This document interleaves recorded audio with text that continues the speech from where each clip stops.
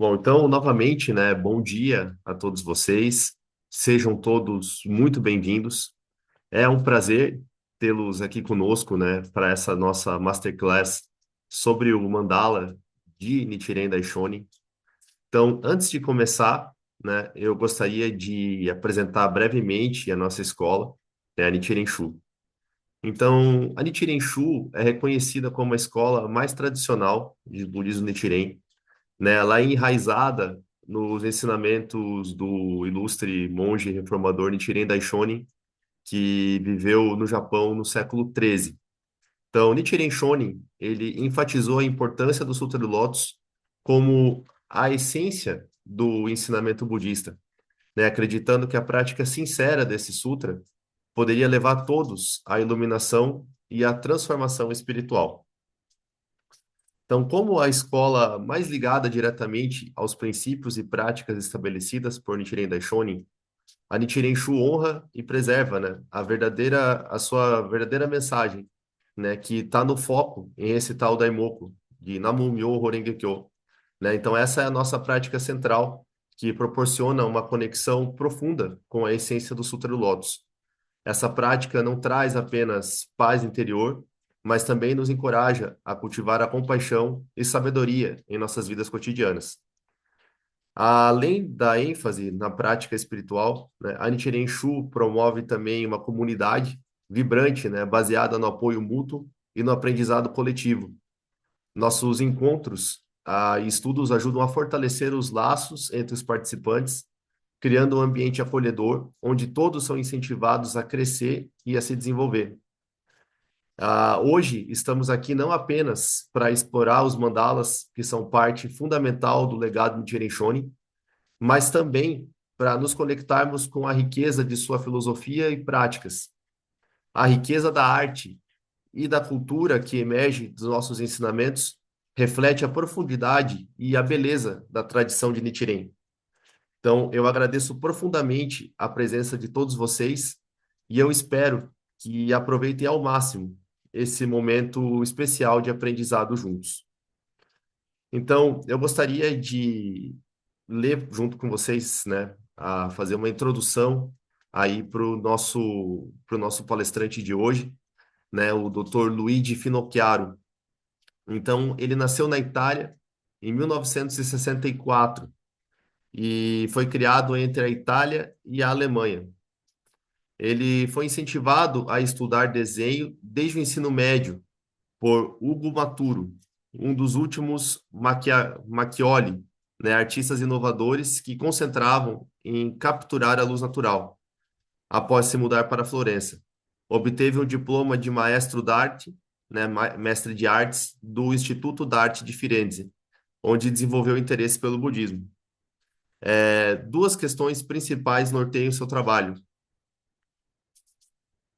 de onde vem o poderoso atrativo do mandala caligráfico de Nichiren? Se removermos todas as camadas de segredo e confusão que cercam o mandala, seu verdadeiro poder poderá transcender culturas e falar diretamente ao nosso núcleo como seres humanos? Após continuar seus estudos de cenografia com Ferdinando Gelli, obteve um diploma da Academia de Belas Artes de Florença, com uma tese sobre a influência da gráfica japonesa na arte europeia, ao mesmo tempo que aprofundava seu interesse no budismo Mahayana, especialmente na escola do monge e reformador Nichiren, baseada no Sutra do Lótus. Após um período em Londres e várias estadias no Japão, mudou-se para lá permanentemente em 1998, visitando mais de 60 locais onde os mandalas originais de Nichiren são preservados, e publicou sua pesquisa em 3 volumes sob o pseudônimo Ken Mandara. Incentivado por Hoyo Watanabe, pesquisador e ex-reitor da prestigiosa Universidade Rissho, a continuar sua pesquisa, frequentou a Universidade Rissho e obteve um mestrado em literatura, com especialização em budologia, sob orientação de Eiichi Terao, um especialista mundial em mandalas de Nichiren. Sua tese de mestrado, intitulada A Estrutura do Mandala de Nichiren, uma perspectiva artística sobre o mandala caligráfico, foi premiada como melhor tese do ano por sua originalidade, o único italiano a receber este reconhecimento.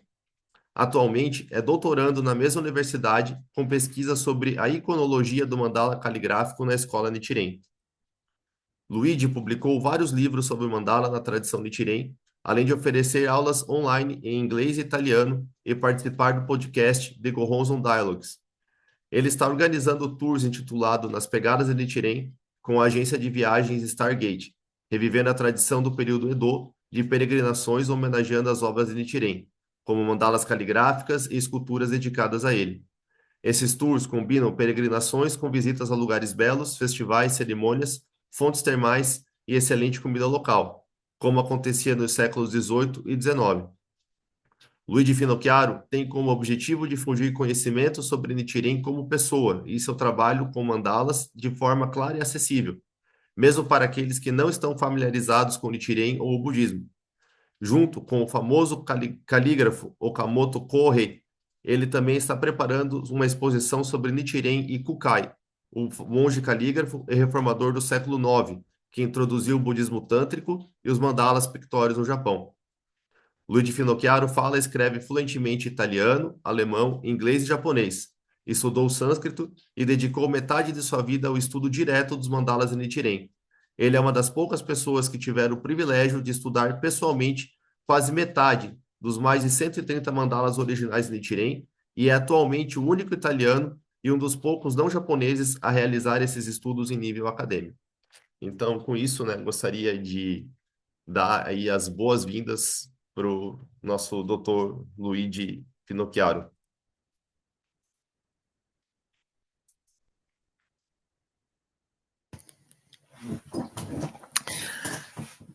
Good morning, everybody. I'm very sorry I don't speak Portuguese, and even I'm Italian, and maybe I could try to read something in Portuguese, but I think this would be very ridiculous. So I leave it to Guilherme to translate my speech.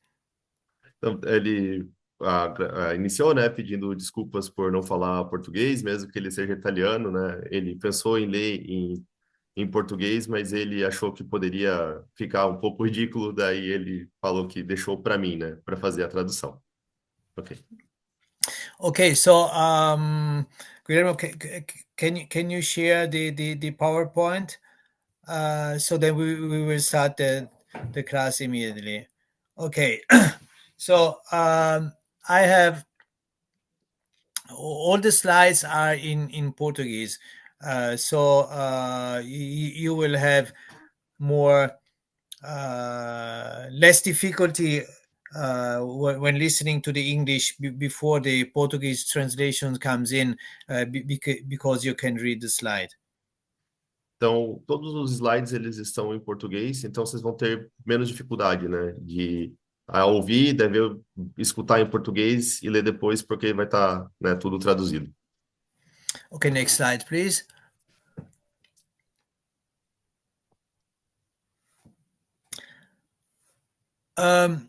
Today, we will begin our lesson on the calligraphic mandala, tracing the beginning of humanity's remarkable journey of self-reflection. This journey highlights what distinguishes us from the animal realm, our potential as perfect vessels for the Buddha nature. Please take a brief look at today's summary of key arguments. Então, hoje iniciaremos nossa aula sobre o mandala caligráfico, acompanhando o começo da notável jornada humana de autorreflexão. Essa jornada destaca o que nos diferencia do reino animal, nosso potencial como receptáculos perfeitos para a natureza búdica. Por favor, dê uma olhada breve no resumo dos principais argumentos de hoje. Next slide, please. So first, it is important to make a key premise about Buddhism. Although there are various schools, Buddhism is ultimately one teaching and should be considered holistically. To illustrate this concept, I have chosen to represent it with an image of the rotating sutra cabinet invented by Fudaishi a Chinese Buddhist monk who was later deified as the Japanese patron deity of libraries. He is traditionally credited with the invention of the Rinzo, a system of revolving shelving used in Kyoto libraries. This image is from the Rinzo of Onjoji Temple, Miidera, which Nichiren may have visited. The goal of this masterclass series is not only to provide a deeper understanding of the Nichiren Honzon, but also to offer a broader perspective on Buddhism and its connection to human nature. Primeiro, é importante fazer uma premissa fundamental sobre o budismo. Embora existam várias escolas, o budismo é, na verdade, um único ensinamento e deve ser compreendido de forma holística. Para ilustrar esse conceito, escolhi representá-lo com uma imagem do armário rotativo de sutras, inventado por Fudaishi, um monge budista chinês que mais tarde foi deificado como patrono japonês das bibliotecas. Ele é tradicionalmente creditado com a invenção do Rinzô, um sistema de estantes rotativas usado nas bibliotecas Kyōzō. Esta imagem é do Rinzô armazenado no templo Onjoji, Miidera, que Nichiren pode ter visitado. O objetivo desta série de masterclasses não é apenas proporcionar uma compreensão mais profunda do Honzon de Nichiren, mas também oferecer uma perspectiva mais ampla sobre o budismo e sua relação com a natureza humana. Next slide, please. While researching the relationship between written words and imagery, I came across the pioneering studies of Professor Denise Schmant-Besserat on the interface between writing and art, and corresponded with her for some time to ensure my ideas about reading the calligraphic mandala are aligned with the way we interpret the iconography of any artwork. Professor Schmant-Besserat's studies explain, as demonstrated by Neolithic cave paintings, that humankind was capable of expressing themselves through drawings. However, it was from the time that symbolic signs were first used to represent merchandise or other abstract concepts that drawings began to evolve. Even animals can distinguish shape. In fact, scarecrows are recognized by birds as resembling humans. A drawing of a fish or a bird indicates the noun, but a series of such drawings eventually loses meaning and becomes merely a decorative pattern. With the introduction of proto-scripture, drawings were imbued with direction, action, and narrative. Clearly, a figure at the center or the largest size is the subject of the narrative, which is why the importance of other figures varies depending on their distance from the main object, and so on. Without this fundamental breakthrough, figurative narration of complex stories, such as we now take for granted when observing artwork, would have been impossible. Okay. Enquanto pesquisava sobre a relação entre as palavras escritas e as imagens, encontrei os estudos pioneiros da professora Denise Schmant-Besserat sobre a interface entre a escrita e a arte, e mantive correspondência com ela por algum tempo, para garantir que minhas ideias sobre ler o mandala caligráfico fossem compatíveis com a maneira como interpretamos a iconografia de qualquer obra de arte. Os estudos da professora Schmant-Besserat explicam, como demonstrado pelas pinturas rupestres neolíticas, que a humanidade foi capaz de se expressar por meio de desenhos. No entanto, foi a partir do momento em que os primeiros sinais simbólicos começaram a ser usados para representar mercadorias e outros conceitos abstratos que os desenhos começaram a evoluir. Mesmo os animais podem distinguir formas. De fato, os espantalhos são reconhecidos pelas aves como semelhantes aos humanos. Um desenho de um peixe ou um pássaro indica o substantivo, mas uma série de tais desenhos eventualmente perde seu significado e se torna apenas um padrão decorativo. Com a introdução da proto-escrita, os desenhos passaram a ser impregnados com direção, ação e narrativa. Claramente, uma figura no centro, ou a maior em tamanho, é o sujeito da narrativa, e por isso a importância das outras figuras varia dependendo da distância do objeto principal, e assim por diante. Sem essa descoberta fundamental, a narração figurativa de histórias complexas, como hoje tomamos por garantido ao observar uma obra de arte, seria impossível. Next slide, please. So now I refer to the previous scholarship of Professor Robert De Caroli, who explained that in the first 2 centuries of Buddhism, the representation of the Buddha in human form was, if not prohibited, strongly discouraged. This was to avoid idolatry, as the concept of Buddhahood was considered too complex to be represented as a human figure. As a result, Buddhist symbolism took shape in various forms that we recognize today, such as the lotus flower, the Dharma wheel, the lion, the tree, and so on. It was only when Buddhism came in contact with the Gandhara culture, with its evident Greek influence, that Buddhas and Bodhisattvas began to be depicted in human form. However, the fundamental point is the development of Buddhist archetypes through symbolism. Então, agora, me refiro à pesquisa anterior do professor Robert de Caroli, que explicou que, nos primeiros 2 séculos do budismo, a representação do Buda em forma humana era, se não proibida, fortemente desencorajada. Isso ocorreu para evitar a idolatria, já que o conceito de budeidade era considerado complexo demais para ser representado como uma figura humana. Assim, o simbolismo budista tomou forma de várias representações que conhecemos hoje, como a flor de lótus, a roda do Dharma, o leão, a árvore e assim por diante. Foi somente quando o budismo entrou em contato com a cultura de Gandhara, com sua evidente influência grega, que os Budas e Bodhisattvas começaram a ser representados em forma humana. No entanto, o ponto fundamental é o desenvolvimento dos arquétipos budistas por meio do simbolismo. Next slide, please.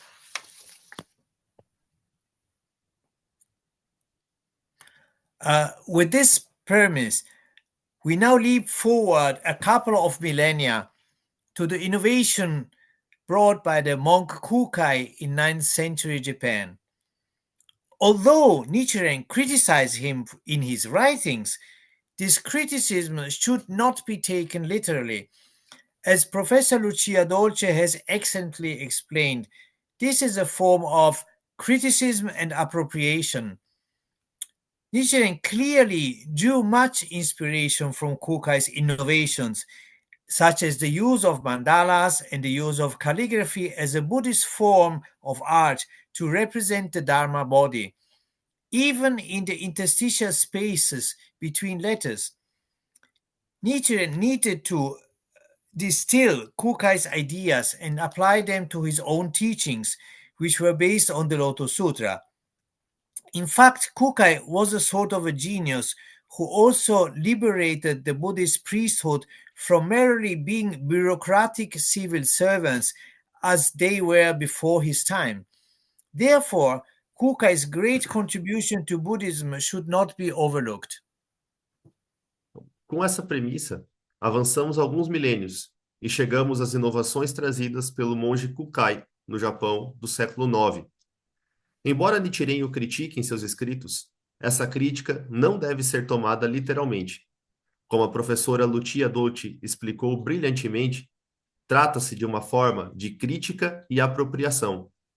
Nichiren claramente se inspirou em muitas das inovações de Kukai, como o uso de mandalas e a utilização da caligrafia como uma forma de arte budista para representar o corpo do Dharma, mesmo nos espaços intersticiais entre as letras. Nichiren precisou destilar as ideias de Kukai e aplicá-las aos seus próprios ensinamentos, que eram baseados no Sutra do Lótus.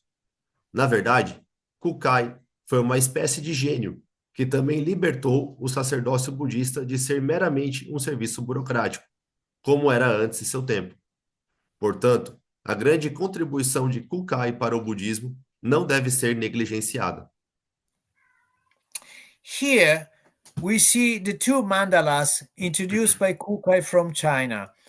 They are the Womb Realm, the Taizokai Mandala, and the Diamond Realm, the Kongokai Mandala, which represent the objective and subjective aspects of reality. These mandalas are not merely votive or decorative art.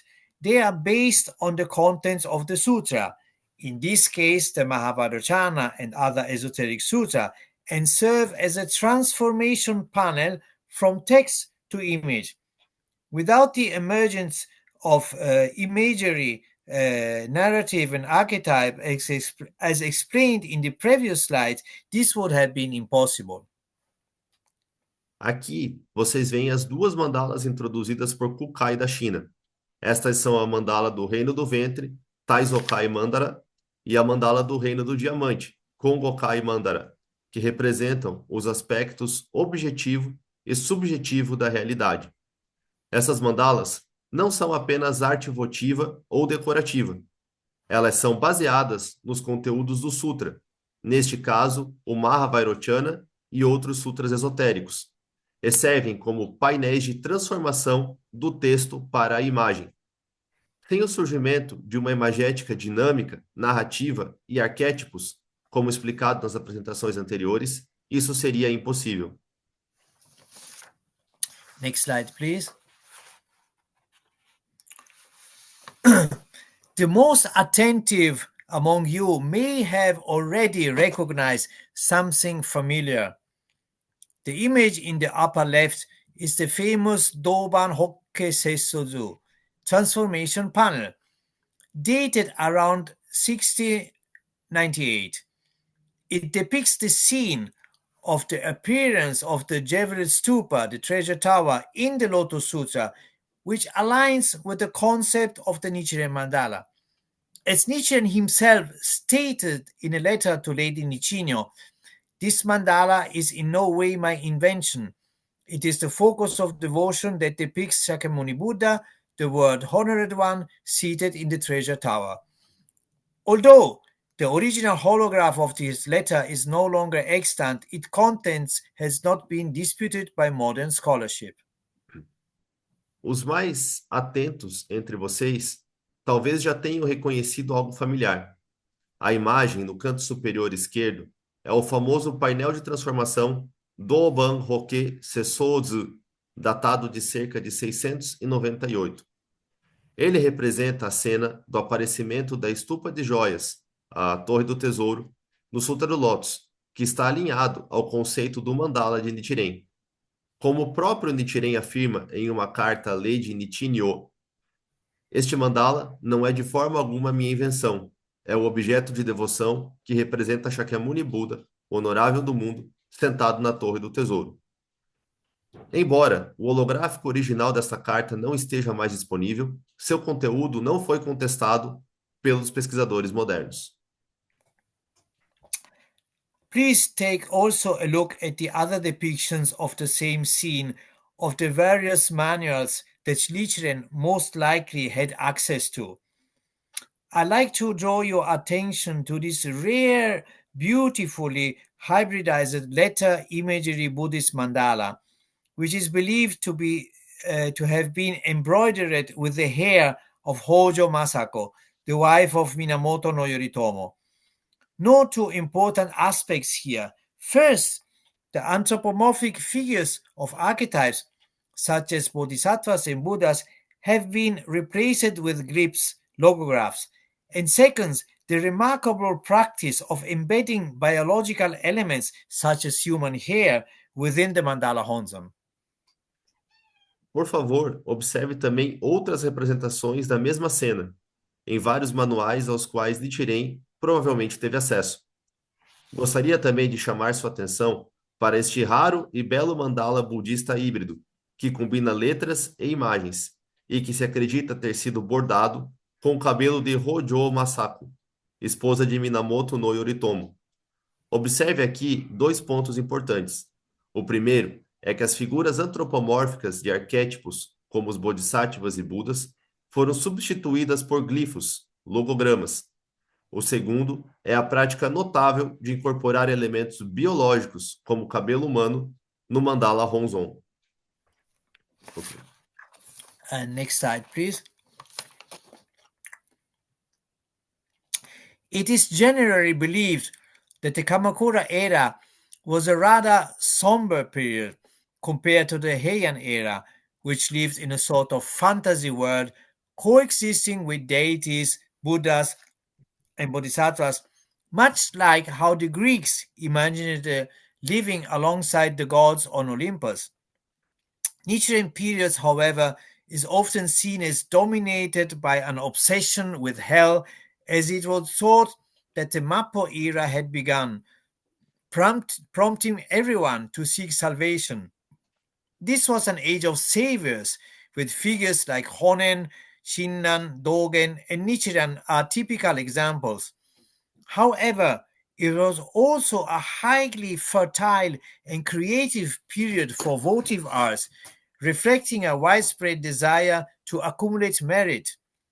This is seen in the flourishing of elaborate forms of art, such as the Kinji Hoto Mandala, which represent the treasure tower from the Lotus Sutra, but is composed of lines of the sutra text in an intricate form of votive art.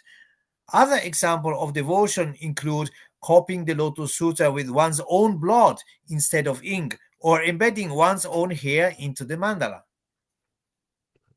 Então, acreditava-se geralmente que o período Kamakura foi uma era um tanto sombria em comparação com o período Heian, que vivia em uma espécie de mundo de fantasia, coexistindo com deuses, budas e bodhisattvas, de forma semelhante a como os gregos imaginavam viver ao lado dos deuses no Monte Olimpo.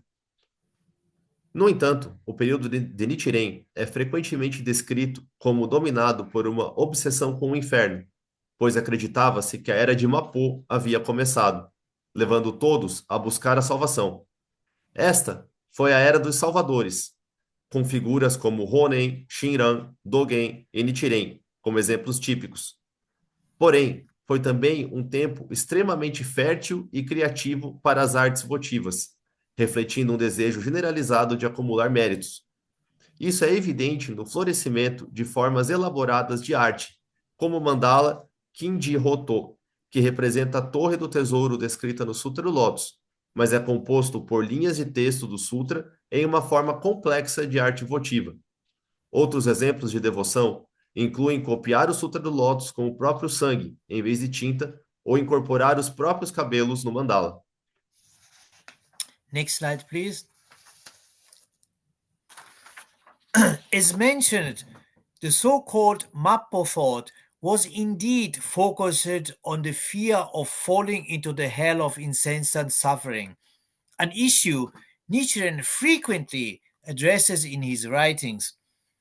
During his time, Buddhism gave rise to intricate Mannerist art forms, such as the statues of renowned sculptor Unkei, who practiced the one character three bows while copying the Lotus Sutra, and led intensive Daimoku or Nembutsu chanting session while he created art.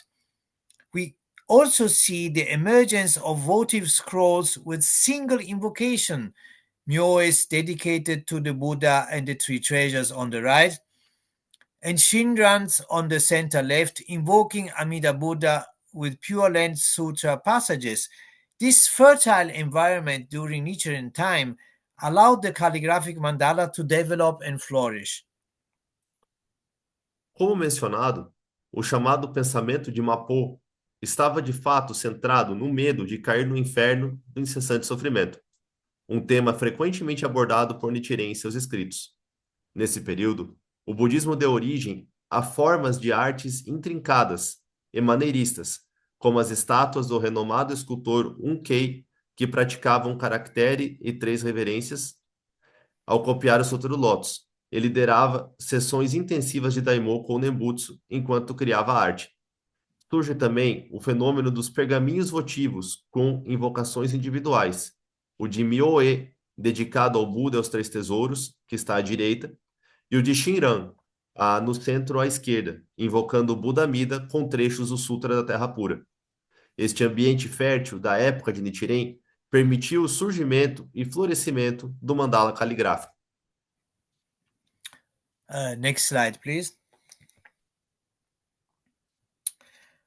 While we can reasonably infer the text of the young Zeishobo, the young name of Nichiren, likely read, based on the curriculum at Enyakuji and the references in his writings, there is no definitive account of his precise studies or whereabouts during this period. However, a few clues remain. He copied an esoteric text of Kakyoban, the illuminating secret commentary on the 5 chakras and the 9 syllables, containing mantra illustration linked to body parts.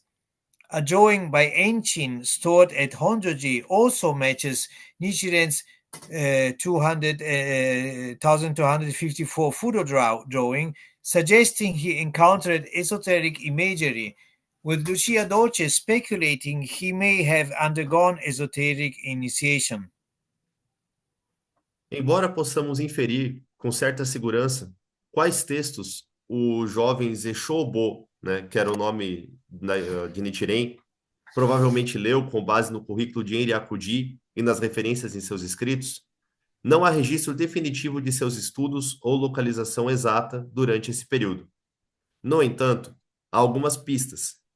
Ele copiou um texto esotérico de Kakuban, comentário secreto iluminador sobre os 5 chakras e as 9 sílabas, contendo ilustrações de mantras ligadas a partes do corpo. Um desenho de Enchin armazenado no Honjoji também corresponde ao desenho Fudo de Nichiren de 1254, sugerindo que ele viu imagens esotéricas, com o Lucia Dolce especulando que ele possa ter recebido uma iniciação esotérica. Okay.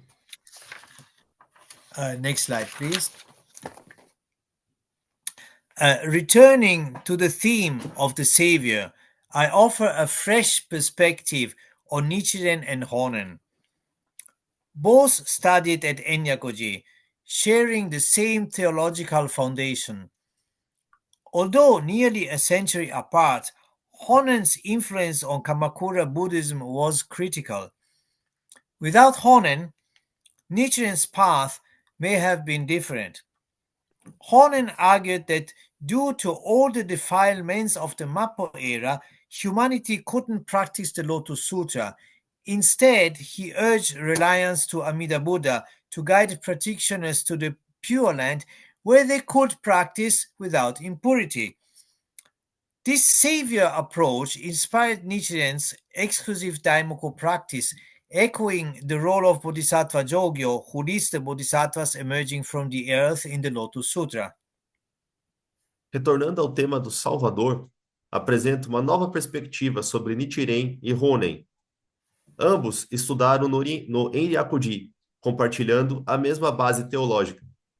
Embora separados por quase um século, a influência de Honen no budismo Kamakura foi essencial. Sem ele, o caminho de Nichiren poderia ter sido diferente. Honen argumentava que, devido às impurezas da era de Mappo, a humanidade não poderia praticar o Sutra do Lótus, devendo confiar no Buda Amida para guiá-los à Terra Pura, onde poderiam praticar sem impurezas.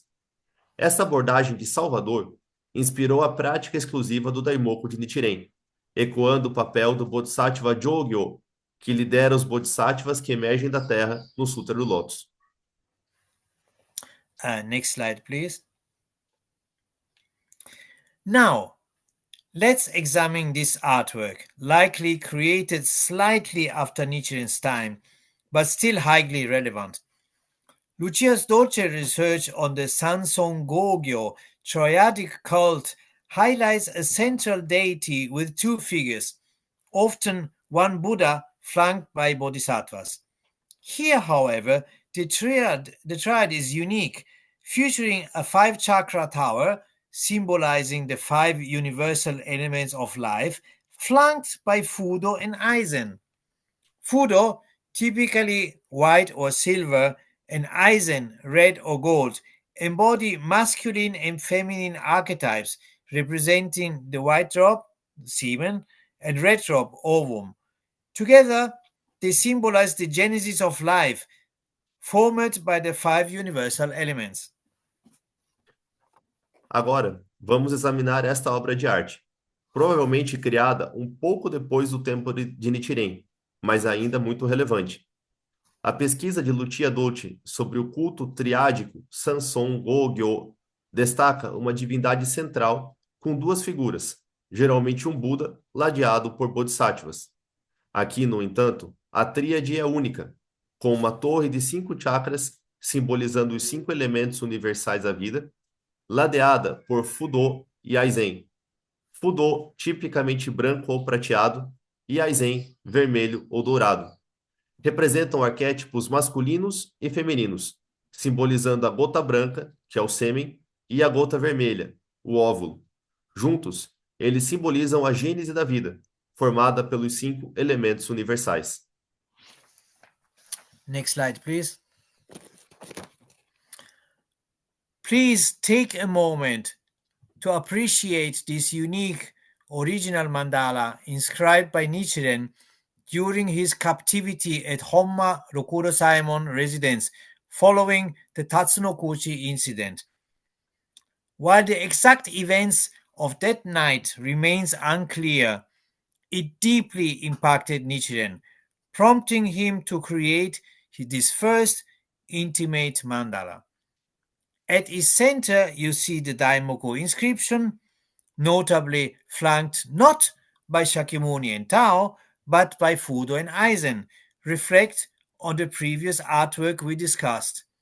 Here, their presence is conveyed through ideograms, anchoring the sacred work to a precise date and place.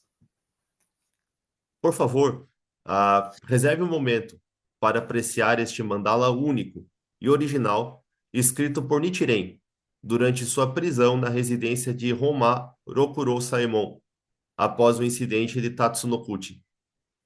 Embora os eventos exatos daquela noite permaneçam incertos, eles impactaram profundamente Nichiren, levando-o a criar este primeiro e íntimo mandala.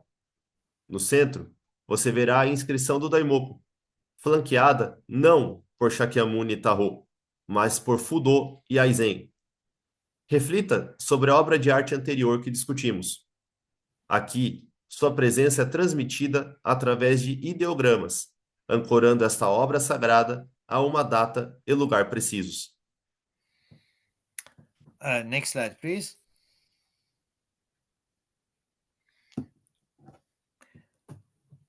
Today, we conclude our masterclass by reflecting on Nichiren's Sado exile. Though far from luxurious, this experience was transformative. The persecutions Nichiren faced strengthened his conviction as the votary of the Lotus Sutra and perhaps even the envoy of the Buddha, embodying Bodhisattva Jogyo's function. He increasingly viewed his disciples through the Lotus Sutra teaching, fostering unprecedented unity. His group demonstrated remarkable organization, supplies, logistics, and communications were well coordinated.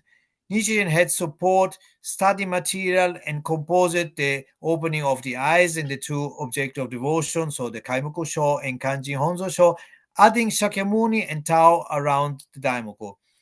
In the next class, we'll delve into the core of the mandala structure and inscription. In the third, we'll explore the Hokke tradition, the evolution of Nichiren's mandala, and the myth that shaped his legacy, including the enduring tale of a celestial nymph visiting him on Sado, popular until the Meiji era. So thank you for your attention. Hoje, concluímos nossa aula, nossa masterclass, refletindo sobre o exílio de Nichiren em Sado. Embora longe do luxo, essa experiência foi transformadora. As perseguições fortaleceram a convicção de Nichiren como o devoto do Sutra do Lótus e talvez como um enviado de Buda, incorporando a função do Bodhisattva Jogyo. Ele passou a ver seus discípulos pela ótica do Sutra do Lótus, promovendo uma coesão sem precedentes. O grupo era notavelmente organizado, com logística, suprimentos e comunicação bem coordenados. Nichiren tinha apoio, material de estudo e compôs os goshos, né, a abertura dos olhos e verdadeiro objeto de devoção, né, Kaimoku Sho e Kanjin Honzon Sho, respectivamente, acrescentando Shakyamuni e Tarô ao redor do Daimoku. Na próxima aula, entraremos no núcleo da estrutura e inscrições do mandala. Na terceira, exploraremos a tradição Roquê, a evolução do mandala de Nichiren e os mitos que moldaram seu legado, incluindo a duradoura lenda de uma ninfa celestial que o visitou em Sado, popular até a Era Meiji. Agradeço a todos pela atenção. Thank you very much, Guillermo, for the translation. And now I just talk freely. Um, I'm normally I never use a translation because I speak freely. So today is a little bit of an experiment, so to speak. Então, agora ele vai falar livremente, né? Ele está acostumado a falar mais livremente. Então, essa foi a primeira vez que ele fez uma aula usando tradução. Então, esse foi um tipo de um experimento, né? So personally, I'm not a big fan of reading something during a lesson or a master class.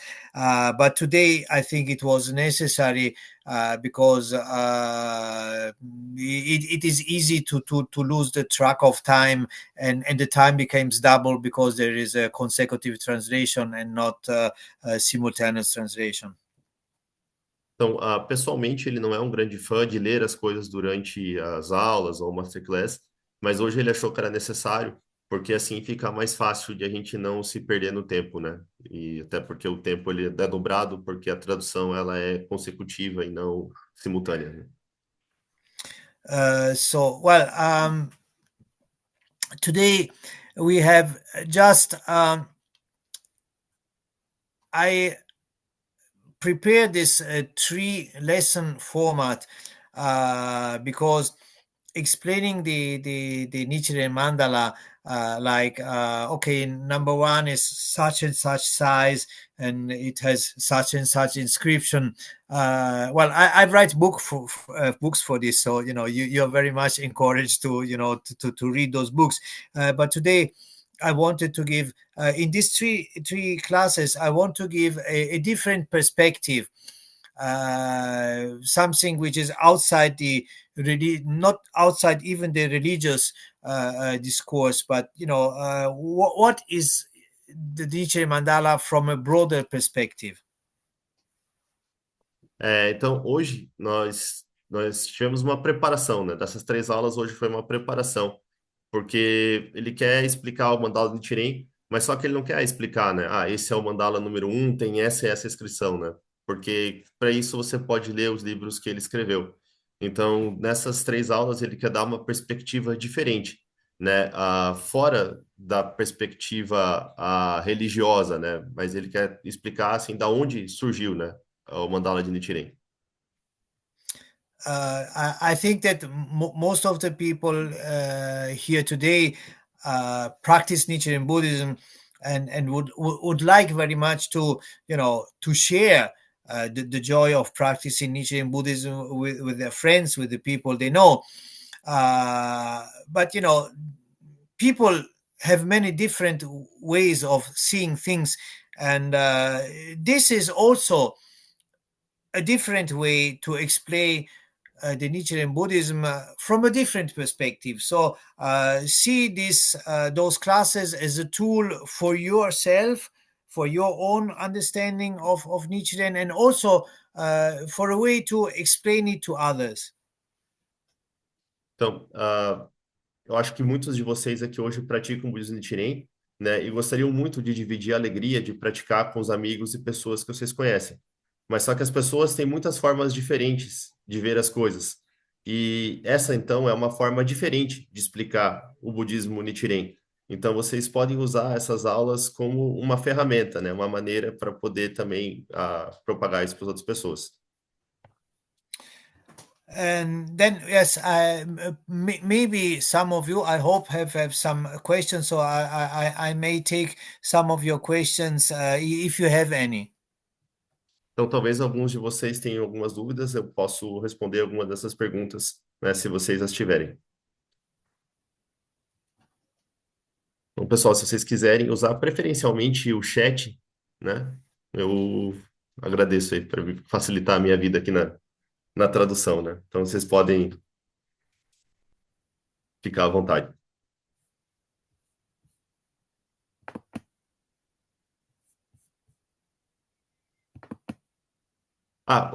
Reverendo Warner, por favor.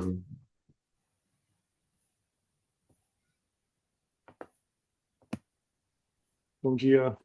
Thank you, Professor, for your. I'm similar an English speaker trying to learn Portuguese, but I'll go ahead and ask my question Yes, in English and let my friend Yotatsu translate for us.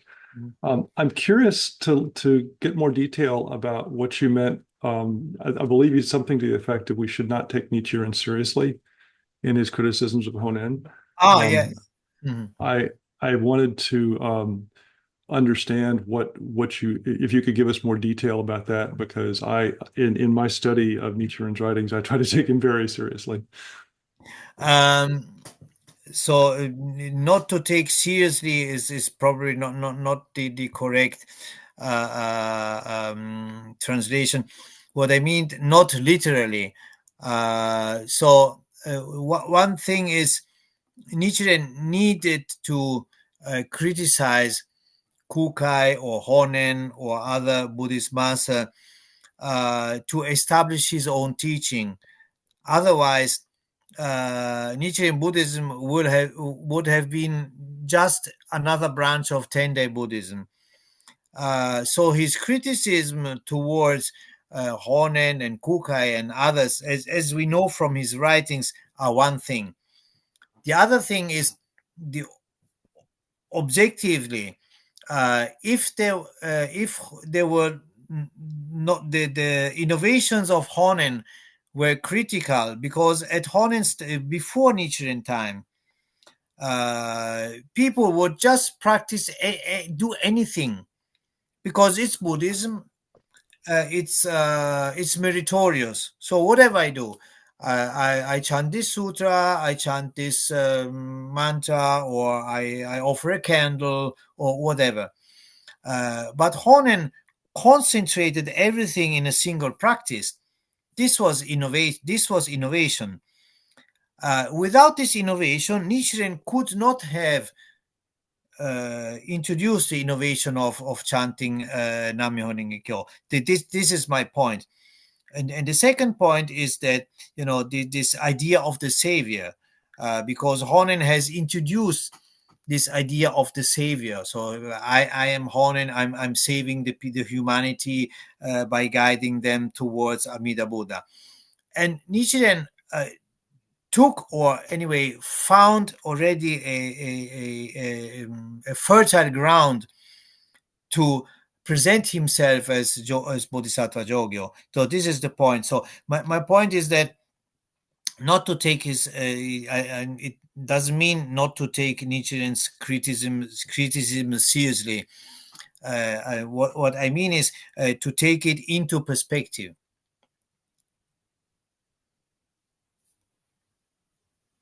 Ok. Does this answer your... Oh, sorry, yeah, you need to answer.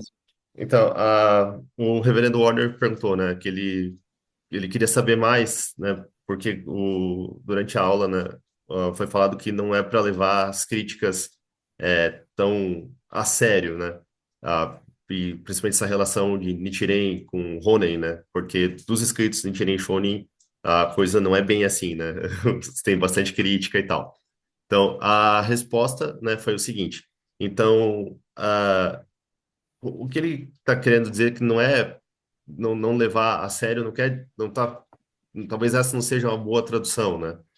mas que não é para se levar literalmente as críticas que Nichiren fez, né? Porque Nichiren, ele precisou criticar Kukai ou Honen, né, para ele poder estabelecer os seus próprios ensinos.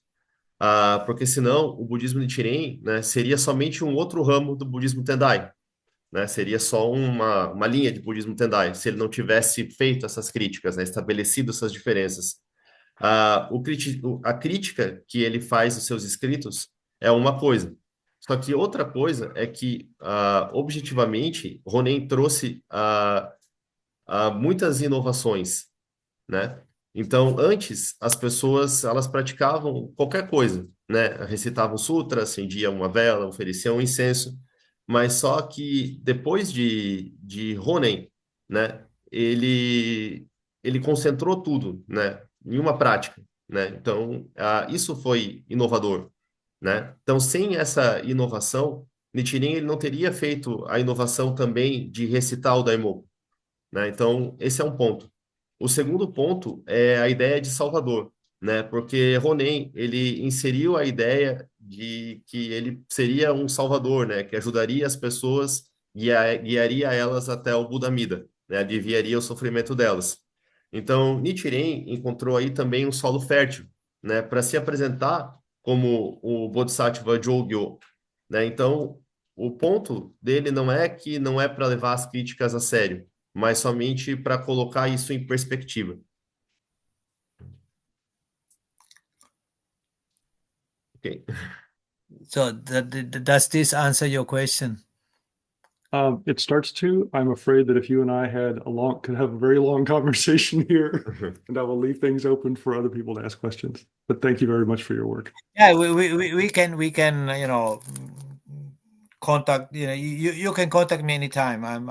I'm very social, so you can contact me anytime. I know this is a bit bitter to digest, but actually, the librarian of the former librarian of the Risho University library, which is a priest himself, of course, he gave me this book about Namo Amida Butsu versus Myoho Renge Kyo, and he told me, just read this. It will change your perspective, and it's not a very large book, so I kind of digested it very quickly, and it kind of opened a new perspective, because I thought, yes, of course they are in adversarial position, but basically, I mean, they studied at the same university, so to speak.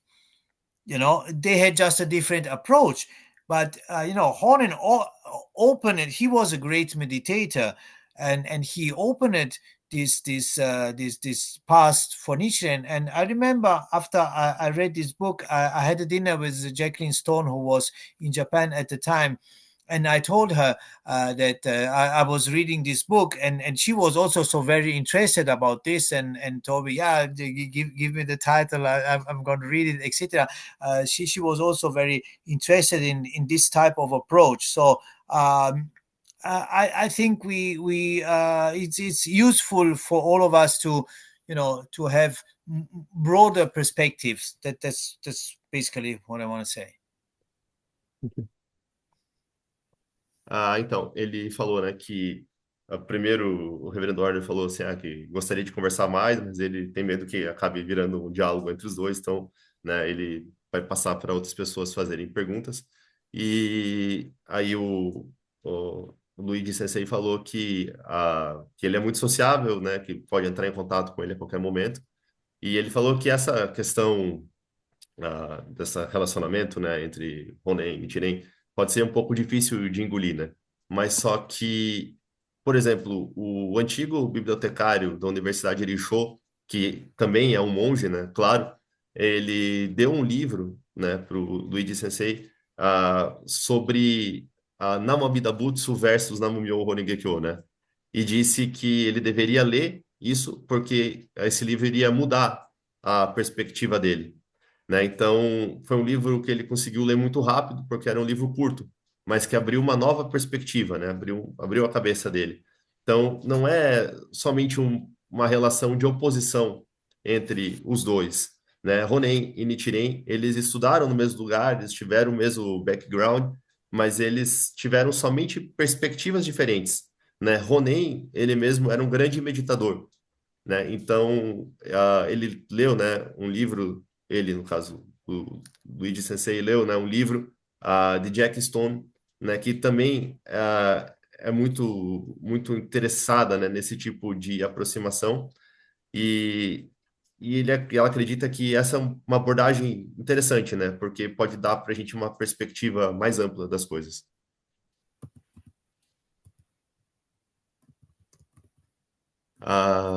Vamos ver se tem mais vou ver os comentários aqui. A Karen gostaria de agradecer a maravilhosa aula. So, there is a question here about your books. So, Karen, she wants to know if you will publish some book in Portuguese. Look, I have a good friend. His name is Darlan Santil. He always asks me to, he wants to translate my books into Portuguese, and in order to have the books translated, I need to prepare. I need to prepare something, and I am very, very sorry, but the day has only 24 hours. I'm already getting up at 4:30 in the morning, and my job. I need to still to work. To feed the cats and to pay the bills, and my job is I work at an embassy, and my job is getting very demanding. Next year is the expo in Osaka, so we are very, very busy, and I just don't have the time to prepare things. But I promise Portuguese will be my next challenge. I will publish as much as possible in Portuguese because I know there's a lot of demand. Então, ele respondeu que ele tem um amigo, né, que já pediu para traduzir os livros, né, para o português, mas só que para fazer essa tradução para o português ele precisa preparar algumas coisas, né?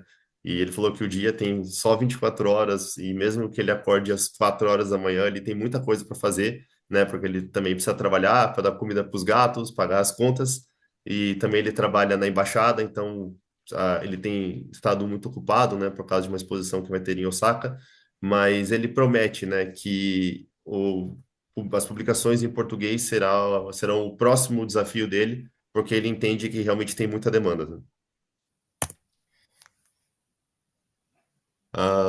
O Adriano escreveu que gostaria de agradecer pelo enorme trabalho e pesquisa sobre o Goronzon. É muito enriquecedor, muito obrigado. O Maurício, né? Maurício Rondaco escreveu assim, vou traduzir para vocês aqui, né? Sensei, eu sou um monge ordenado da Shinshu, né? Terra Pura, do Shinshu. Estou muito feliz em ouvir a sua visão sobre Ronen. Estou muito alinhado com o que eu penso. Obrigado por essa grande aula. Depois o Eric escreveu bom dia, agradeço imensamente ao Dr. Luigi e a Nichiren Shu por compartilhar tão enriquecedor conhecimento. Gostaria de saber mais fontes de conhecimento que Nichiren buscou além da escola Tendai. So there's another question here. Eric wants to know if Nichiren Shonin had more sources other than the Tendai school, if he researched in other places. This is actually something that Lucia Dolce is researching. She wrote that Nichiren definitely had some esoteric transmission. So we can see that, I mean, the presence of Fudo and Aizen on almost every Nichiren mandala is a very clear indication, because Fudo and Aizen, they have no place in the Lotus Sutra. So the fact that these two esoteric deities, even inscribed in Sanskrit, which is a more direct link to the esoteric tradition, may leave to think that he definitely had some contacts with the Shingon school.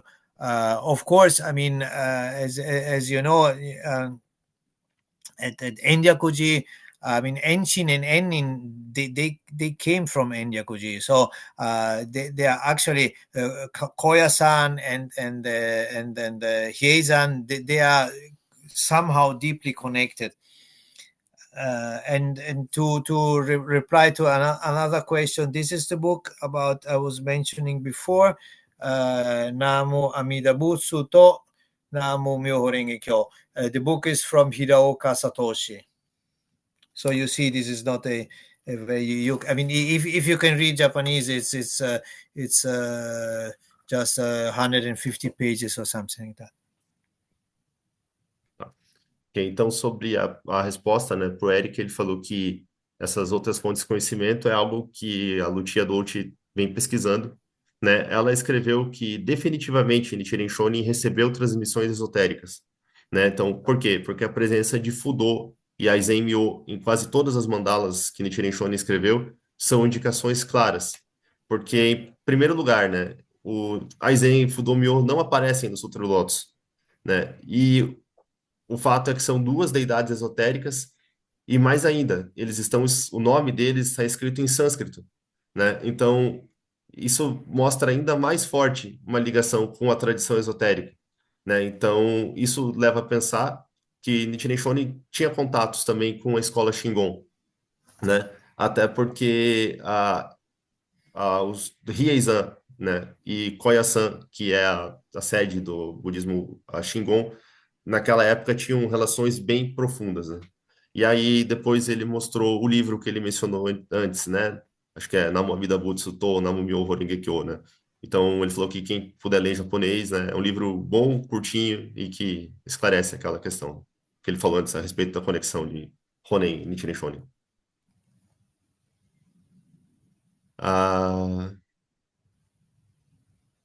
O Diego deixou gratidão pela oportunidade. A Marise falou: gratidão, doutor Finocchiaro. Vou sempre dedicar os méritos da minha prática à sua longa vida.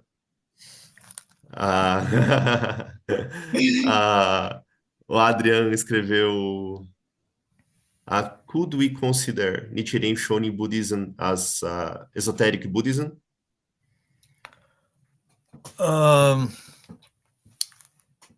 Okay, I'm going to say I am not a theologist. I'm an art historian. So I took a few classes for priests, so to speak, because if you study sacred imagery, you need to know what they are about.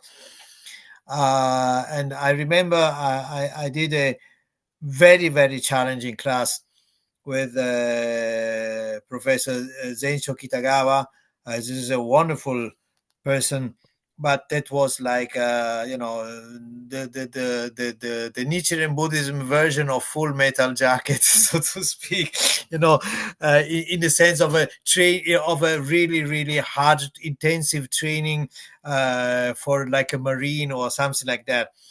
Because in this 90-minute lesson, he goes like a machine gun, and you need to have the Nichiren original, the photocopy of Nichiren original writing, the Risshan Kokorono on one side, the commentary on one side, and then he jumps from one to the other, and you have to be attentive every second because you never know when he asks you to read, to continue reading. So we read the Nichiren writing, so something like that.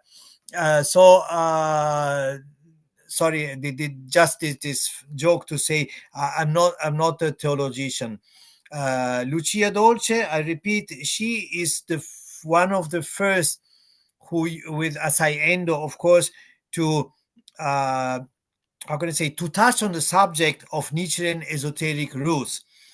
I personally, if you ask me what I think personally, and maybe most would agree, that Nichiren's Buddhism is not esoteric in the sense because it doesn't deal with, how can I say, magically changing reality.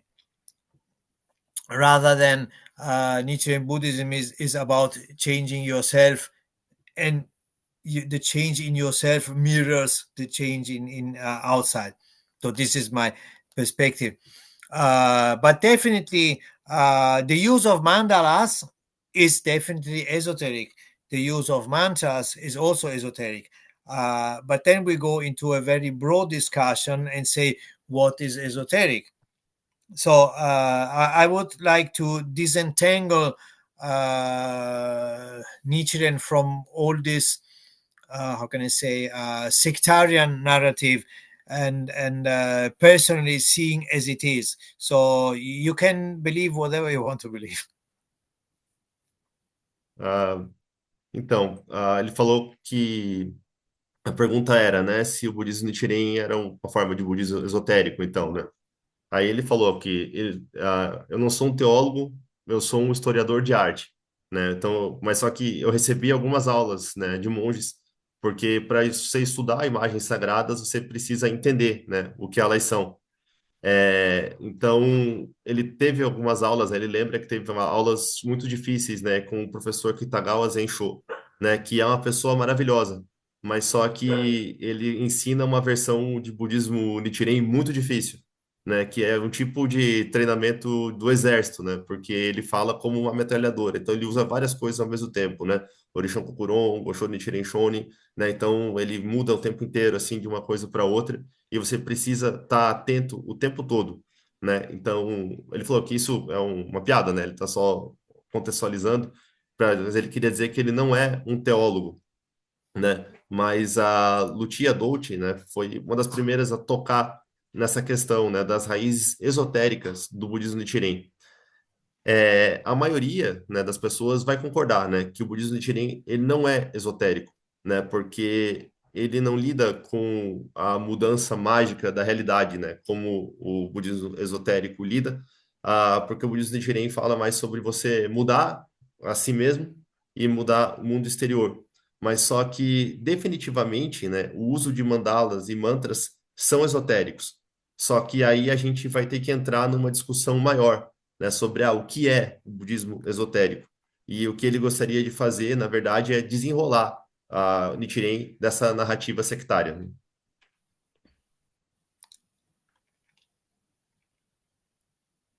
Ah, o Marlon falou: moro na Austrália e, devido ao fuso horário, gostaria de saber se as aulas ficarão disponíveis em alguma plataforma para que eu possa assistir caso eu perca. Bom, eu vou responder então, Marlon. A gente vai gravar, né? Está sendo gravado, a gente vai disponibilizar, né? O Dr. Luigi tem o canal dele no YouTube, né? A gente estava conversando sobre isso antes. Provavelmente ele vai disponibilizar lá. O nosso canal do YouTube teve uns problemas aí recentemente, que está tentando restabelecer isso. Mas sim, vai ser publicado aí no seu devido tempo. Mais perguntas, pessoal?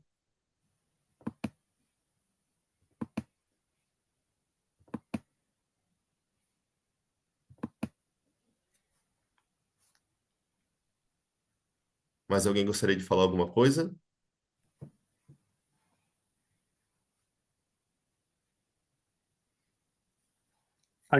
Since we have a few minutes, I can offer maybe another idea on this, whether Nichiren was practicing esoteric Buddhism. I think Nichiren saw the Lotus Sutra as transforming all the different forms of Buddhism into this Lotus teaching of the wonderful Dharma. So in that way, I think we can see that Nichiren transformed what had been esoteric into something very practical and very day to day, the same way Sensei Finacharyo described. It's not something mysterious that somebody has to do for us. We have to have a priest will transform the things for us because we don't have the capability to do that. That the Buddha nature is within ourselves, and we have the possibility of making that transformation ourselves.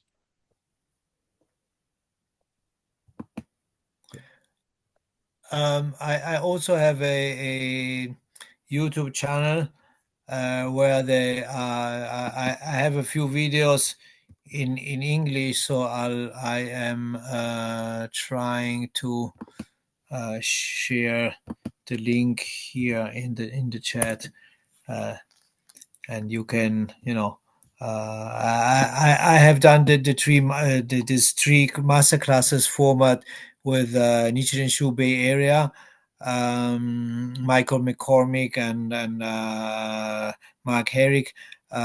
So it's on my YouTube channel, and it's also on other channels. So you can check this out, so you know what is expecting you next week.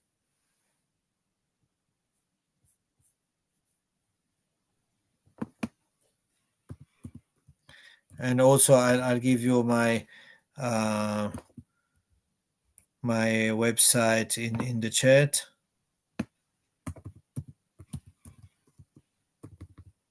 It's very easy. It's nichiremandala.com. So you cannot miss it.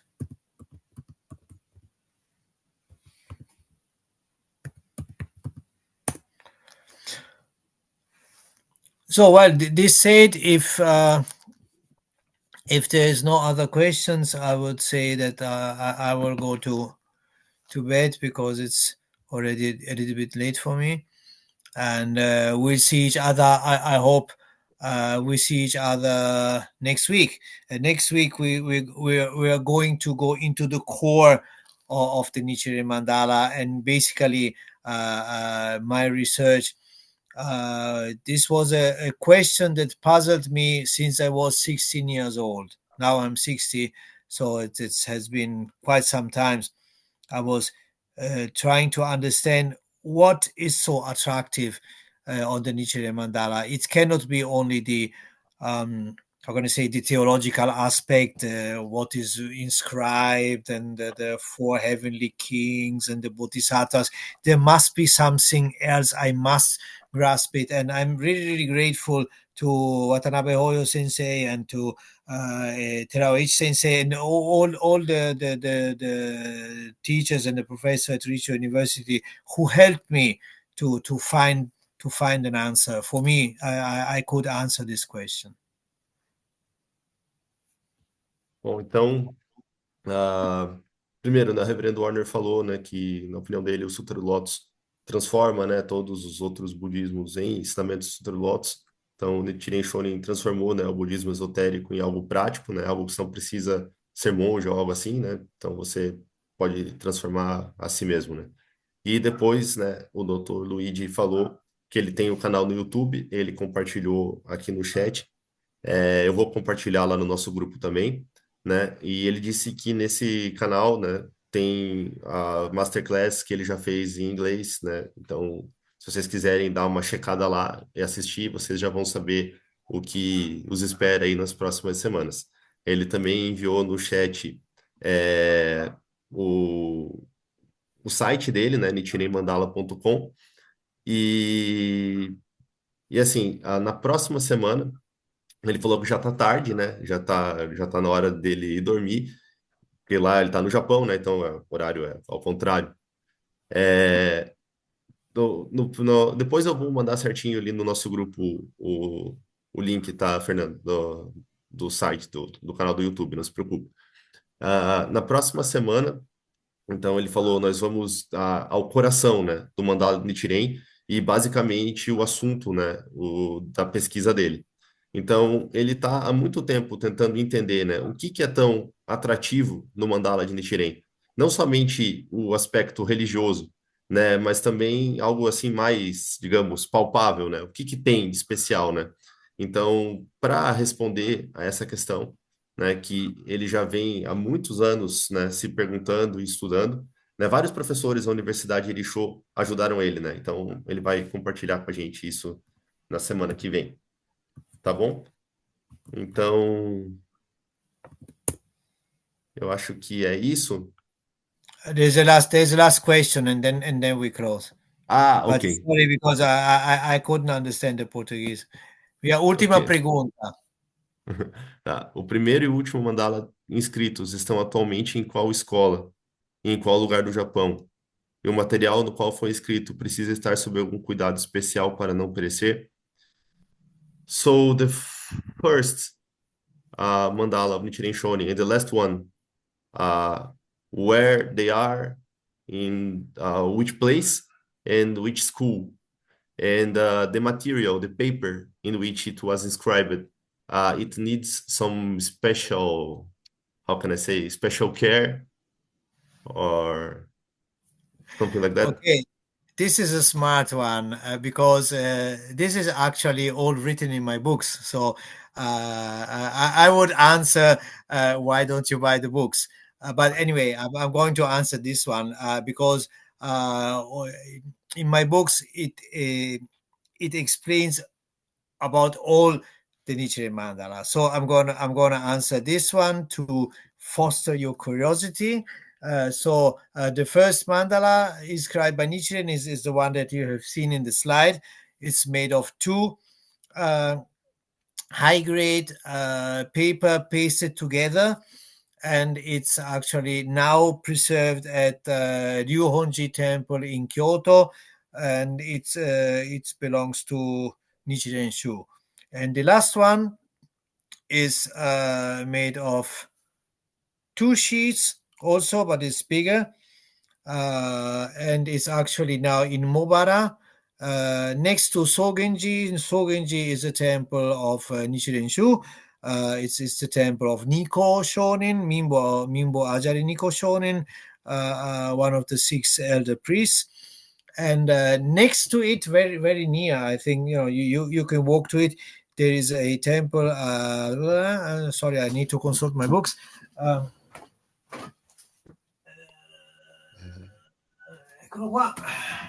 It's a temple of the hockey school, and it's called here it is.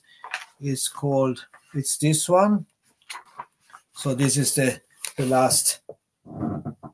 I don't know if you can see it. This is the last mandala inscribed by Nichiren. It's in the Chiba prefecture. The first is in Tokyo, and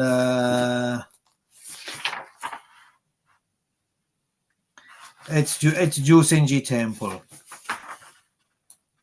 Oh, sorry. Delete this one. This was the before this one. Also the last known mandala is from the 6 months of 1282. The one that I showed you before. It is also in Kyoto. It's at Honkoguji in Kyoto. Both the first and the last one, these two mandalas, they were actually in Kamakura, originally in Kamakura. So we don't know exactly to whom they were given, but definitely to somebody who was related to Ben Ajari Nisho or Shijo Kingo or the Ikigami brothers. Anyway, someone who was in Kamakura. And then they were taken to Kyoto. This is what I can say. So basically, the contents of my books are all these kind of details. So if you are really interested in this, www.nichirenmandala.com, and then you will see there are a lot of books. And I also want to say that there are many essays that are free of charge that you can download, for free, and you can read them and print them. There's also some system which enables you to flip the books as if they were, online, as if they were the essays as if they were books. So it's a very high-tech website. Please visit it.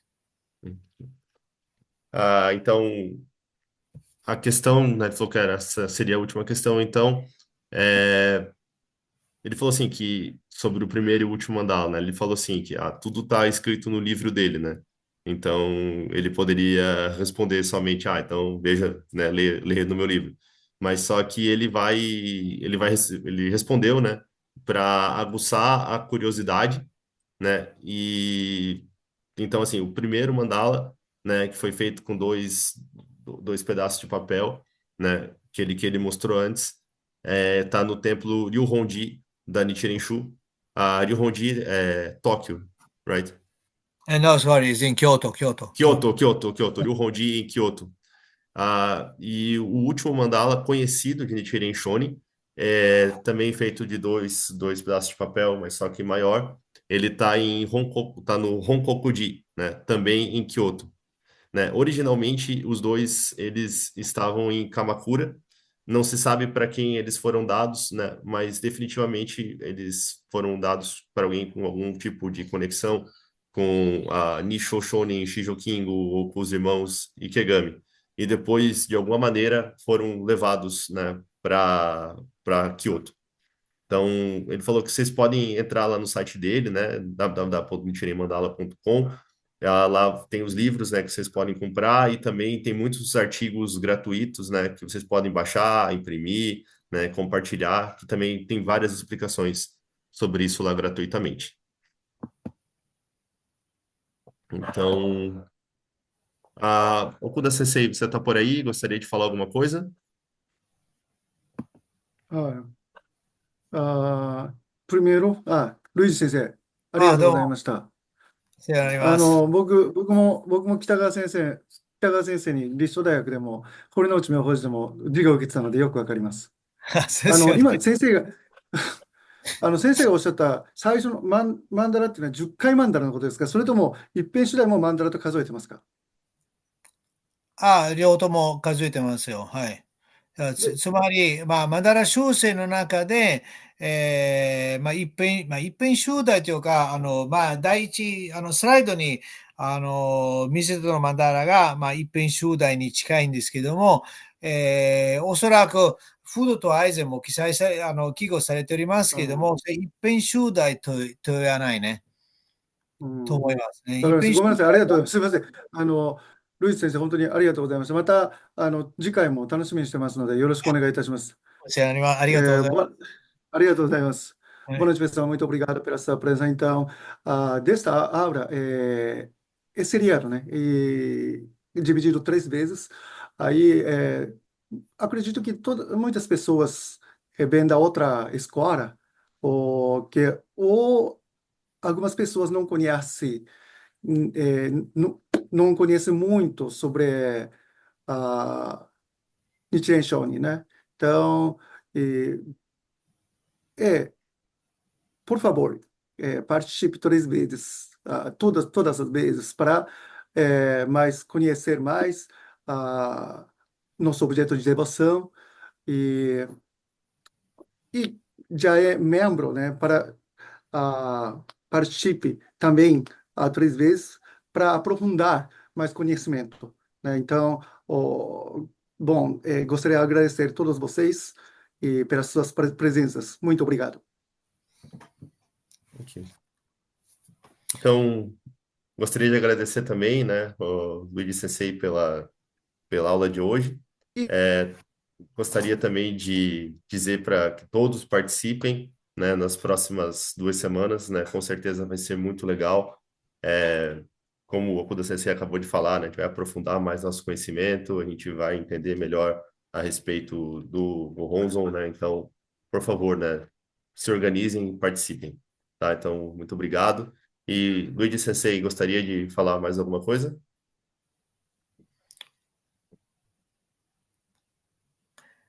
Fala em inglês. Ah, Fala em inglês.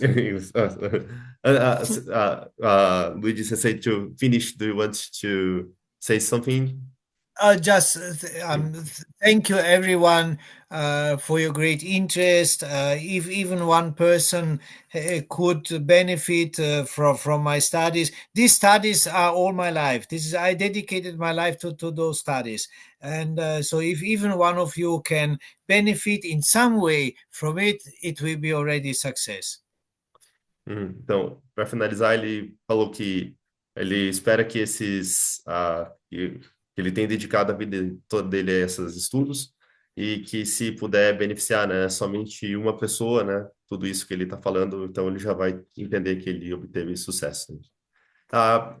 Eu estava esquecendo, né? O Warner Sensei gostaria de fazer alguma observação, falar alguma coisa? I got it now.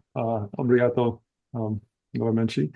Thank you again for your talk. I have learned. I don't think I'm the only one who learned something. So you have at least one in this audience.